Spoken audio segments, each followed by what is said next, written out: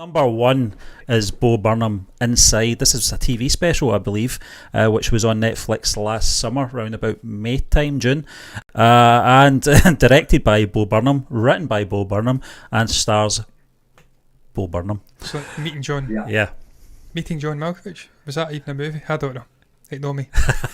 Being John Malkovich, yeah. I seen him in some film, budget Z-list movie the other day, and I was just thinking, what are you doing, John? God, you were something special, and what have you done to yourself? I don't know. All actors, all people, really hit that point in their life where they start talking nonsense like I am just now. Sorry, Gianni, I'll let you in, man. Why is this number one on your list, man? Because we when we get the list over, we also, Stephen posted it up, the reviews and stuff on the website. He did say to me, it's a comedy. Was it a comedy special? Am I right in saying that? It's a TV special. Yeah. He was surprised at the choice. Now I need to understand why. It was one that I knew was going to be surprising, and that's kind of what excited me the most about it. Was I was really excited that someone would reach out and be like, really? Like, Inside is like not really a movie. It's a comedy special. It's a TV special, but it's not really a movie. And I knew it was going to be my number one when I saw it. I said, hell or high water, this is going to be my number one. I'm going to fight for it. And there was times where I was like, oh no, is it not going to be my number one? Like when I was watching Pig, I was sort of in the throes of Pig's second act, and I saw there's a scene in Pig, and I was like, shit, Inside might have shown up. But I stand by it. It's the movie I've watched the most this year. It's the movie I've listened to the most this year. I have the soundtrack on my phone, and I think cumulatively on Apple Music, according to Apple Music, I spent about 18 hours listening to that soundtrack. So that's like a kind of crazy amount of time to invest in something. But ultimately, like, Inside was a movie that was made for me. It's the reason it's number one. I mean, aside from the fact that it's a flawless film, I think in terms of lighting and I think in terms of cinematography, I think it's probably one of the best, if not the best, movie on this list. Sure, you can have the caveat that other movies on this list are far more complicated in their CinemaScope, and this is obviously a contained picture. It mostly takes place in one location, and it mostly revolves around one actor as the central focal point. And I think that those are the movies that are obviously the hardest to communicate. But ultimately, what Inside communicated the most to me was, it's always a beautiful day to stay inside, as they say. What a poster. But I mean, what a poster, lovely. And the photograph behind you, Gianni, by the way, I noticed the photograph behind you. Sorry, I'm interrupting you again. I thought that was incredible. No. I thought that was class. It's kind of like all the, am I right in saying it's like the classic sort of mobster actors? If I'm right, I've kind of seen it. I've seen Don Corleone. I think I've seen... Yeah, so what you got up there... Oh, sorry, I'm destroying you here. Apologies. This is me. What you got up there is, so that's, it's all the classic mobsters. Yeah, it's like, incredible, man. The Sopranos and the Godfather cast and the Scarface cast, all of them, all up there. And I mean, I have another Sopranos poster over here that you guys can't see. Gianni, I'm going to disappoint you here tremendously, and this is much to my disappointment as well. I have never watched The Sopranos, and I have to watch it. Stephen's uncle, and listen, I love mobster stuff. I love it. Stephen's uncle, David, says it's the greatest TV show ever made. I personally, I vouch for Breaking Bad at the moment because that's what I've seen. It's, for me, the greatest TV show I've ever seen. I have to watch The Sopranos. I must watch it because everybody that's ever seen it says it's the greatest thing that's ever been made. And of course, there's a movie that kind of offshoot. But I need to watch it. No, it's definitely worth your time. You have to watch The Sopranos. It's like one of the most seminal pieces of television ever. And it's, especially if you like mafia things, is like that's a lot of what I think most mafia stuff today is trying to be. And I think that Sopranos kind of like cemented it that like this genre is done because what else can you find in this? Yep. This is the end all be all. But no, I need to watch it. I have to sit down. And the fact that it's done now, I'm sorry, I'm completely undercutting across what you're speaking about. This your top movie in the list. I love doing it. I love going back and picking something and then just binging it. I did it with X-Files. I did it with Breaking Bad. So I'm going to do it. I'm going to watch it. But I digress, man. Sorry, I'm cutting across, man. Oh, no, you're fine. I do it all the time. But I mean, I guess I can connect it back to what we're really saying here, because ultimately, like, all of these things on my wall, I mean, these are all the pieces of content that I consider that I love. I consider myself a student of this stuff, right? And ultimately, I have always been a student of this stuff. I am, I'm an inside kid. I was an inside kid. I was born inside, and I was bred to be inside.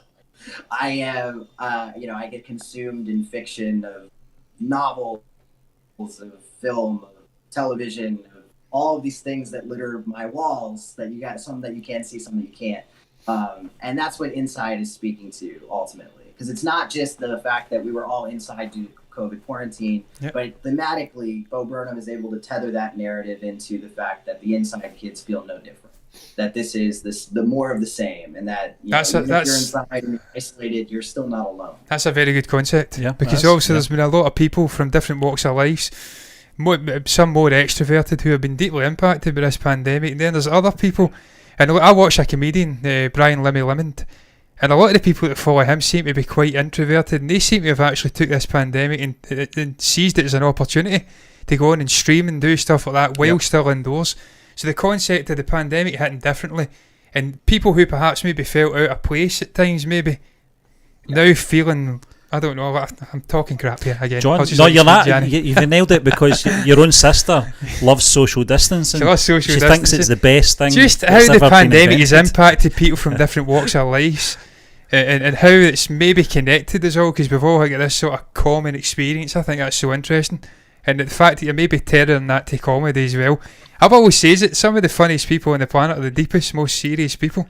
Yeah. And that's why they try to make people laugh, to maybe get away from their own issues in life. The likes of your Robin Williams and stuff like that. They've got really deep, dark places they've been to, and they don't want the rest of humanity to experience it, so they try to make their lives more enriching, more happier. So I think that's interesting, where you balance, you mentioned it earlier, Steve, and obviously Man in the Moon. You balance the sort of eccentricity, the darkness of comedy with life and general happiness, and how it all comes together. So it's an interesting thing. But I'm gibbering, Gianni. I do this a lot. No, absolutely. I mean, I get caught in my own little mind. It's always the people that are hit the hardest, because that speak to you the most, because they're the people that understand the deepest. And Bo has always been a super empathetic person. He's always been someone that, career-wise, I've always looked up to. I've never aspired to be a comedian. Maybe when I was very, very young, when I used to watch Dane Cook specials and stuff. But now I'm a different, sort of breed of human. But he's always been someone to look up to. And it feels like, as an artist, and I don't know if you guys ever feel this way, but there's always a handful of artists that really, it feels like they grow up with me. Mm-hmm. And Bo is definitely one of them. And so I'm always rooting for him to succeed. And I think the first write-up I ever did for you guys, or the first top 10 I ever did for you guys, had 8th grade on it. And it was that 2018 year. And I remember being so floored by it. I was so proud of him, because it felt like he had grown into a director right as I was sort of discovering that I wanted, to maybe be a director, and maybe that was like a path that I could take. And he really just showed that, you can really capture a totally different sort of art style and a totally different way to speak to people than his comedy specials were. And Inside, I think, just doubled down on all of the thoughts that I had about him at that point in time, which was really just that he's grown into such an empathetic human being, a person that's completely unafraid of how he looks at the world, and also someone who's very humbly vulnerable within it. And I'm not, there's a lot of things that you could probably talk about Inside. I'm curious when you guys see it, what other conversations that we could really have here. But I think that something that I see a lot that I guess grates on me a little bit is there is a sort of permeating theory among a lot of fans of Inside that, Bo is the Bo that is featured in Inside. He is that tragically unhappy. All of the things in it are, he did live in that squalor, sort of side house in his house.